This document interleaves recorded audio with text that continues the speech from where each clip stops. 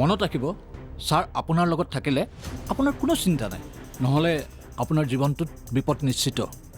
আৰু আপুনি যেনেকৈ কেছটো ৰিঅ'পেন কৰাৰ কথা ভাবিছে তেনে কৰিলে কিন্তু ৰাজ ফুকন মনে মনে বহি নাথাকে। চিন্তা নকৰিবা, মই ঘৰখনৰ হৈ মন্দিৰত চাকি এগছ আগবঢ়াইছোঁ। অদিতি আহক, এইবাৰ দেখিবা সকলোবিলাক ঠিক হৈ যাব। আচলতে আমি সকলোৱে দলৰ হৈ নিস্বাৰ্থভাৱে কাম কৰিব লাগে। দলৰ হৈ ইমান দিন কাম কৰিলোঁ, গতিকে দলৰ ভুলবোৰ আঙুলিয়াই দিয়াটো আমাৰ দায়িত্ব। ঐ এইফালে তোকেই মাতিছোঁ, সেইফালে আজি বহুত ডাঙৰ ডাঙৰ লেকচাৰ দি দিলি হে?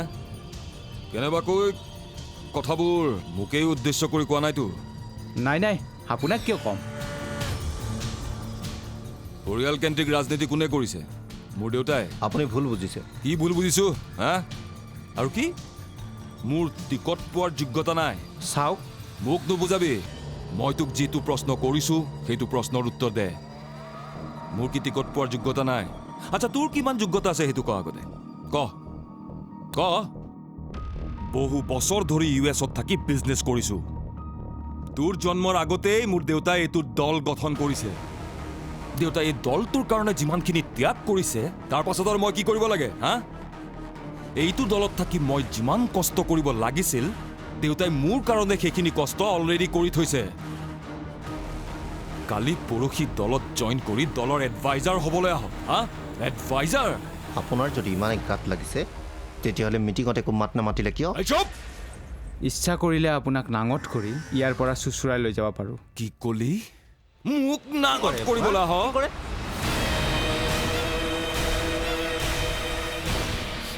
নেক্সট টাইম এনেকুৱা ডাইলগ মাৰিবি, ৰাজনীতি কেনেকে কৰে বুজাই দিম। কৰ নাঙঠিতে কৰ।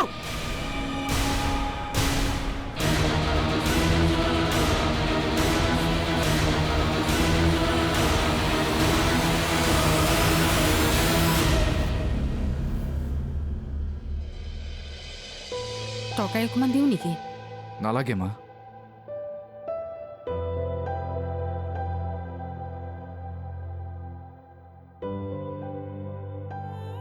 মা আপুনিও বহক। হ'ব দিয়া, তোমালোকে খাই লোৱাচোন আগতে।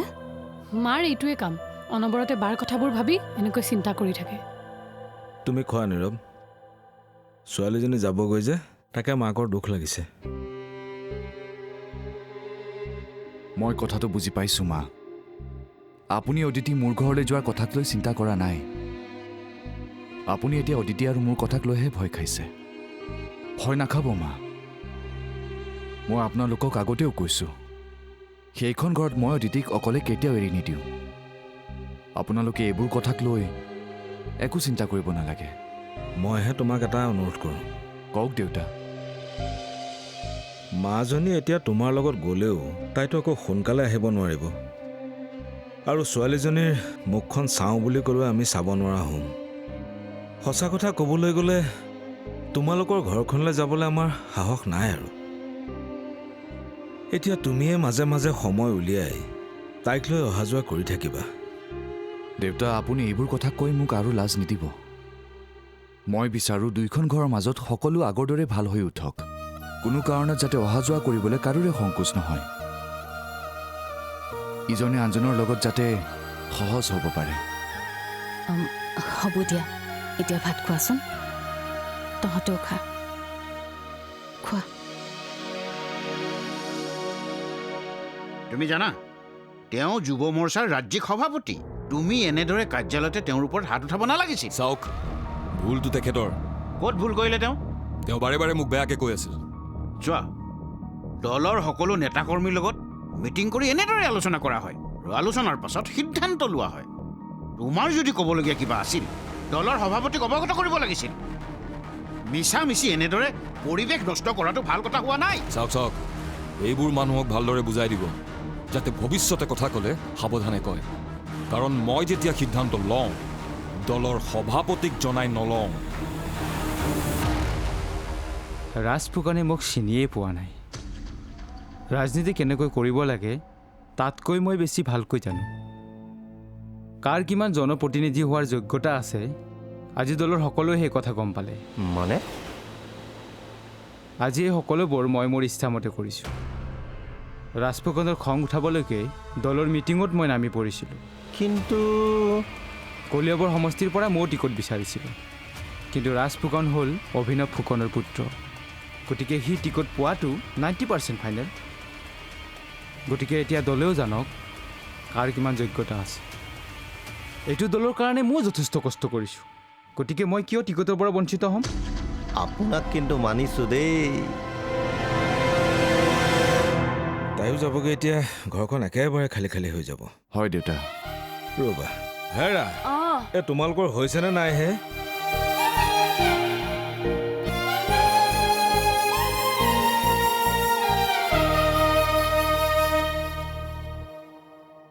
আমি যাব পাৰোঁ। মা, দেউতা, আমি গৈ থাকোঁ দিয়ক। যোৱাগৈ, ঈশ্বৰে তোমালোকক ভালে ৰাখক দিয়া। গৈ পাই ফোন এটা কৰিবা। তোমালোকে মাজে সময়ে ফোন কৰি খা খবৰ লৈ থাকিলে আমাৰ ভাল লাগে। তোমালোক সুখী মানে আমিও সুখী। হ'ব দিয়ক মা, আমি গৈ পাই ফোন কৰিম। আৰু খুলখালি, ভিনদেউ তুমিও আমাৰ ঘৰলৈ যাবা? হ'ব দিয়ক। কেতিয়া যাবা মোক জনাবা, মই লৈ যাম দিয়া। হ'ব।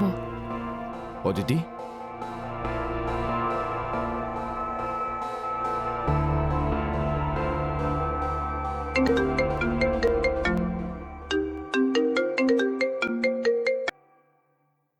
হেল্ল', হয় কওক। তালুকদাৰ, আপোনাৰ নাম্বাৰটো ছেভ নাই। কি?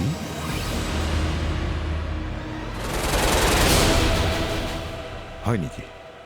ঠিক আছে, মই এতিয়াই পাৰ্টি অফিচলৈ গৈ আছোঁ। কি হ'ল? তোমাৰ পুতেৰাই আকৌ অফিচত গণ্ডগোল কৰিছে। কোনোবা এজন দলীয় কৰ্মীক মাৰপিট কৰিছে। কি? পাৰ্টিৰ অফিচত গণ্ডগোল লাগিছে। সি মানে মোৰ মান সন্মান সকলো শেষ কৰি পেলালে। তালুকদাৰে ফোন কৰি অফিচলৈ মাতিছে। এতিয়া অফিচলৈ গ'লেহে গম পাম তোমাৰ পুতেৰাই কি কাণ্ড কৰিছে।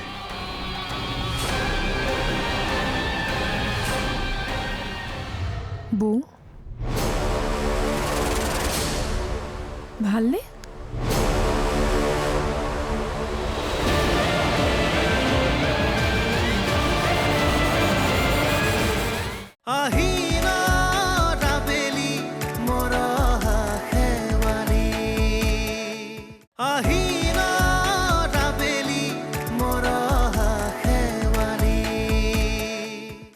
তই অদিতিক লগ পাই কথাখিনি ক'লিনে? নাই, তাই মোৰ কথা নুশুনিলে। আচৰিত, কেনেকুৱা ধৰণৰ ছোৱালীও অদিতি? যিজনী ছোৱালীয়ে কালি পৰহিলৈকে নিজৰ ন্যায় বিচাৰি হাবাথুৰি খাই ফুৰিছিল, হঠাৎ কেনেকৈ সিদ্ধান্ত ওলালে? এয়া তাই মাক দেউতাকৰ প্ৰেছাৰত কৰিছে। মাক দেউতাকৰ প্ৰেছাৰত? মিছা কথা। তাই গিৰিয়েকৰ ঘৰলৈ নাযাওঁ বুলি ক'লে কোনো মাক দেউতাকে প্ৰেছাৰ দিব নোৱাৰে। অদিতিয়ে গিৰিয়েকৰ ঘৰত কষ্ট আৰু অশান্তি পোৱা বুলি ক'লে কোনো মাক দেউতাকে তাইক এই অশান্তিৰ মাজলৈ ঠেলি নপঠিয়ায়। বুজিলোঁ, আচলতে অদিতিৰ এমটো বেলেগ। তাই নীৰৱৰ ঘৰলৈ যোৱাৰ ইচ্ছা থকাৰ কাৰণে এই নাটকবোৰ কৰিছে। গগন, তই যি মন যায় তাকে কৈ নাথাকচোন। আগতে কথাবোৰ শুনি ল। কি শুনিব লাগে? অদিতি যদি সঁচাকৈ নীৰৱৰ ঘৰলৈ যায়, আমাৰ লগত কিয় এই লতিঘটিবোৰ কৰিলে? মই কিন্তু এইবোৰ বেয়া পাইছোঁ। হেৰা, আৰু কিবা ক'লে নেকি? এতিয়া মোক একো প্ৰশ্ন নকৰিবা। মই সোনকালে পাৰ্টিৰ অফিচ পাবগৈ লাগে। গৈ কিন্তু ফোন এটা কৰিবা। মা, দেউতাই ইমান খৰধৰকৈ ক'লৈ গৈছে? মিছাতে অদিতিৰ কাৰণে বৰ সময় অপচৰ কৰিলোঁ। আমি ইয়াৰ সকলো কাম এৰি শিলঘাটলৈ গ'লোঁ। মোৰ কথাটো বাদ দে, তই নিজৰ কথাটো এবাৰ ভাবিছা? অদিতিৰ কাৰণে কম ঘূৰিলিনে? মিছাতে তোক কিয় ইমান কষ্ট দিলে? আজিৰ পৰা কিন্তু অদিতিৰ কথা মোৰ আগত নুলিয়াবি, মই কৈ দিলোঁ। আৰু তয়ো আজিৰ পৰা এইবোৰ কাম বাদ দে। নিজৰ কামত ফ'কাছ কৰ, নহ'লে নিজেই ধ্বংস হবি। এইবোৰ মানে ভালদৰে বুজিছোঁ, সকলো স্বাৰ্থপৰ। হ'ব, আৰু এটা কথাও নকবি। অদিতিৰ কথা কওঁতে তোৰ কিয় গাত লাগিছে? কাৰণ অদিতিক মই ভালদৰে বুজি পাওঁ। তইহে ভালদৰে বুজি পাওঁ। তাই যদি ভালদৰে তোক বুজি পালেহেঁতেন, তাই সিদ্ধান্ত লোৱাৰ আগত তোক জনালেহেঁতেন। কি ভাল হয়, কি বেয়া হয়, তাই সিদ্ধান্তটো লোৱাৰ পাছতে তোক জনাইছে। হ'লেও তই পাৰ্টিৰ অফিচত এনেকুৱা কৰিব নালাগিছিল। মই কি নেতাৰ পাছফালে বহি হাত চাপৰি বজোৱা মানুহ নেকি? এটা সাধাৰণ মানুহৰ দৰে সি মোক আঙুলি টোৱাই কথা ক'ব আৰু মই কি মনে মনে বহি চাই থাকিম? এই ৰাজ ফুকনে তাৰ দৰে নেতাক কেতিয়াও খাতিৰ নকৰে। মই চব গম পাইছোঁ এইবোৰ চব সি টিকেট পাবৰ কাৰণে কৰি আছে কিন্তু নেক্সট টাইম আৰু সি এনেকুৱা কৰিবলৈ সাহস নাপায় দেউতা দেউতা ক'ত আছ মই কৃপালৰ লগত আছোঁ পাৰ্টি অফিচৰ পৰা এইমাত্ৰ ওলাই আহিছোঁ পাৰ্টিৰ অফিচলৈ আহ এতিয়াই ঠিক আছে মই আহি আছোঁ কি ক'লে আংকলে দেউতাই মোক পাৰ্টিৰ অফিচলৈ মাতিছে তাৰমানে আংকলে কথাবোৰ গম পালে মই এতিয়া পাৰ্টিৰ অফিচলৈ যাব লাগিব ব'ল তোক মই পাৰ্টিৰ অফিচত নমাই থৈ আহোঁ ব'ল ৰাজক মই বুজাই নোৱাৰিলোঁ সদায় কওঁ ইমান খং ভাল নহয় কিন্তু মোৰ কথা নুশুনে চোৱাচোন সিনো পাৰ্টি অফিচত গৈ কাজিয়া কৰিব লাগেনে ক'ত কি কয় একো ক'বই নোৱাৰে সন্মুখত ইলেকশ্যনটো আহি আছে এইবোৰ কৰাৰ কি দৰকাৰ তাক লৈহে মোৰ চিন্তা খং য'ত দেখুৱাব লাগে তাত কিন্তু দেখুৱাব নোৱাৰে বাহিৰত গৈ যাৰে তাৰে লগত কাজিয়া কৰিলে কি হ'ব আজি ভায়েকে অদিতিক আনিবলৈ গৈছে ভায়েকক কিন্তু একো ক'ব নোৱাৰে পাৰ্টি অফিচত ঠিকেই কাজিয়া কৰিব পাৰে ৰ'বচোন পাৰ্টি অফিচৰ কাজিয়াখনৰ লগত তুমি অদিতিৰ কথাবিলাক কিয় ৰিজাইছা মই ৰাজক জানো মা বেলেগৰ খং বেলেগত উঠায় আৰু আপোনালোকে ৰাজক লৈ ৰাজনীতিৰ কথা নাভাবিব তেওঁৰ দ্বাৰা এইবোৰ নহয় তেওঁক বিজনেছত ফ'কাছ কৰিবলৈ দিয়ক নহ'লে দেউতাৰ যিখিনি সন্মান আছে সেইখিনিও নাইকিয়া হ'ব তুমি ইমান অধৈৰ্য নহ'বা আচল ঘটনাটো কি সেইটো জানি লওঁ হয়তো ৰাজৰ কোনো দুখ নাথাকিবও পাৰে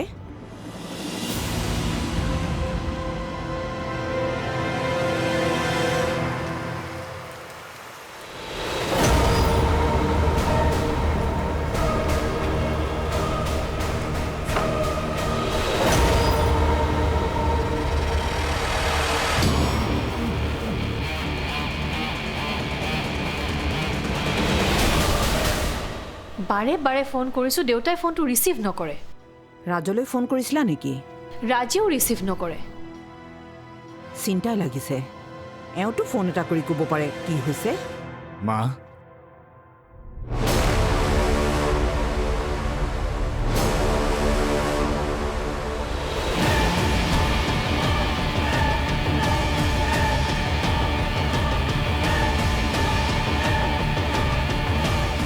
আহি পালেহি মা অদিতি আহিলা হয় মা বৌ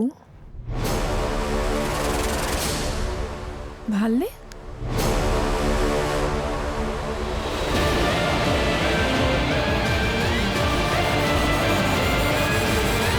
ইমান দিনৰ মূৰত দেখিলোঁ হ'ব উঠা মা দেউতাৰ ভালনে ভালেই মা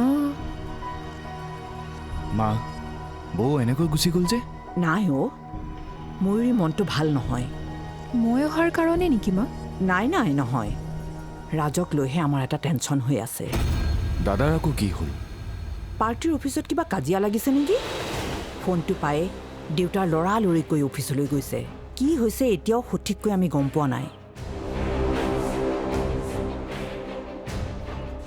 ময়ূৰী আৰু মই তাকেহে কথা পাতি আছিলোঁ তুমি এইবিলাক কথা চিন্তা কৰি নাথাকিবা সেইবিলাক সৰু কথা দেউতাৰা যেতিয়া অফিচলৈ গৈছে সেইবিলাক মেনেজ হৈ যাব যোৱা তুমি ভিতৰলৈ যোৱা আহা অদিতি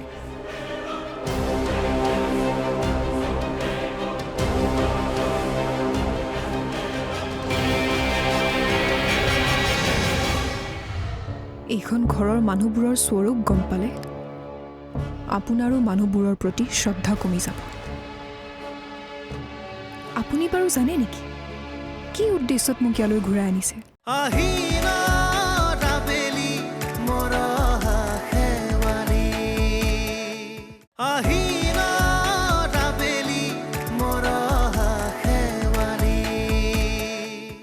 চাওক ফুকন ডাঙৰীয়া আমি কিন্তু বৰ লাজ পাইছোঁ আপোনাৰ সুপুত্ৰ হৈ ৰাজে এইটো কাম কৰিব নালাগিছিল আজি তেওঁ যিজনৰ গাত হাত উঠালে তেওঁ আমাৰ দলৰে এজন সক্ৰিয় লিডাৰ ন' ডাউট আমি ৰাজক বহুত ভাল পাওঁ কিন্তু তেওঁৰ ইমান খং হ'লে নচলিব এনেকৈ হ'লে কেনেকৈ ৰাজনীতি কৰিব চাওক ফুকন ডাঙৰীয়া আপুনি আপোনাৰ ল'ৰাক বুজাব কাৰণ এনেকুৱা ধৰণৰ কৰ্মকাণ্ডই আমাৰ দলটোৰ ক্ষতি কৰিব মই মোৰ ল'ৰাৰ হৈ আপোনালোক সকলোৰে ওচৰত ক্ষমা খুজিছোঁ এইবাৰলৈ তাক ক্ষমা কৰি দিয়ক সি ৰাজনীতিত নতুন হয়তো আৱেগৰ বশৱৰ্তী হৈ সি এনেকুৱা এটা কাম কৰিলে ভৱিষ্যতে সি আৰু এনেকুৱা ধৰণৰ কাম কেতিয়াও নকৰে মই আপোনালোকৰ ওচৰত কথা দিছোঁ আপুনি ক্ষমা খুজিব নালাগে আপুনিতো ভুল কৰা নাই আপুনি আপোনাৰ ল'ৰাক সকলোবোৰ বুজাই ক'ব ভৱিষ্যতে যাতে আমাৰ দলত থাকি ভাল কাম কৰক আৰু সংযত হৈ থাকে এই কথা কিন্তু আমি কৈ থওঁ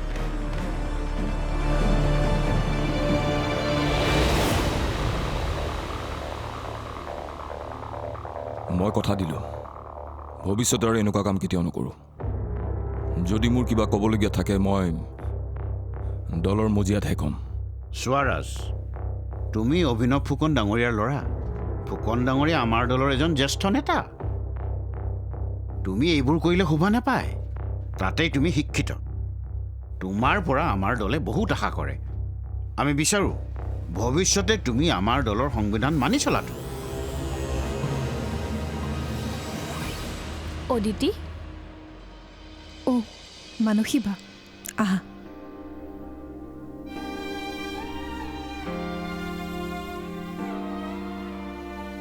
চাহ লোৱা বৰ ভাল লাগিছে জানানে তুমি আহিবা বুলি ৰাতিপুৱাৰে পৰা মনটো ভাল লাগি আছে কিমান দিনৰ মূৰত যে তোমাক ওচৰৰ পৰা দেখিছোঁ ঘৰত সকলোৰে ভালেই নহয় ক'তনো ভালে থাকিব সুখ শান্তি বোলা বস্তুটো মা দেউতাৰ কপালতেই নাই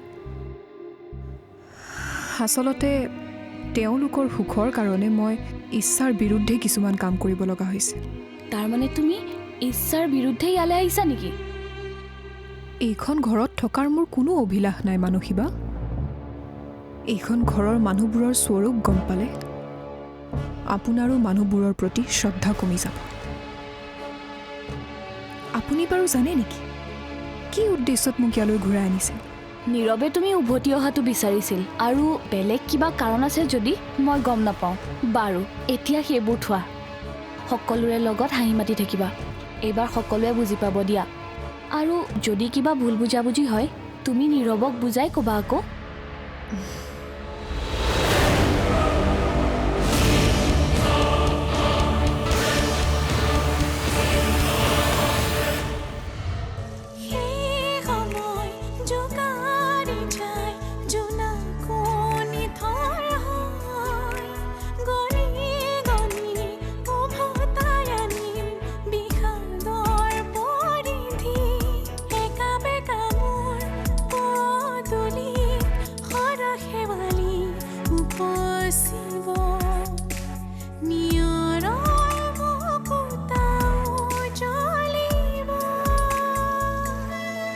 লাহে লাহে বৈ উলাহৰে নৈ জীৱন এটি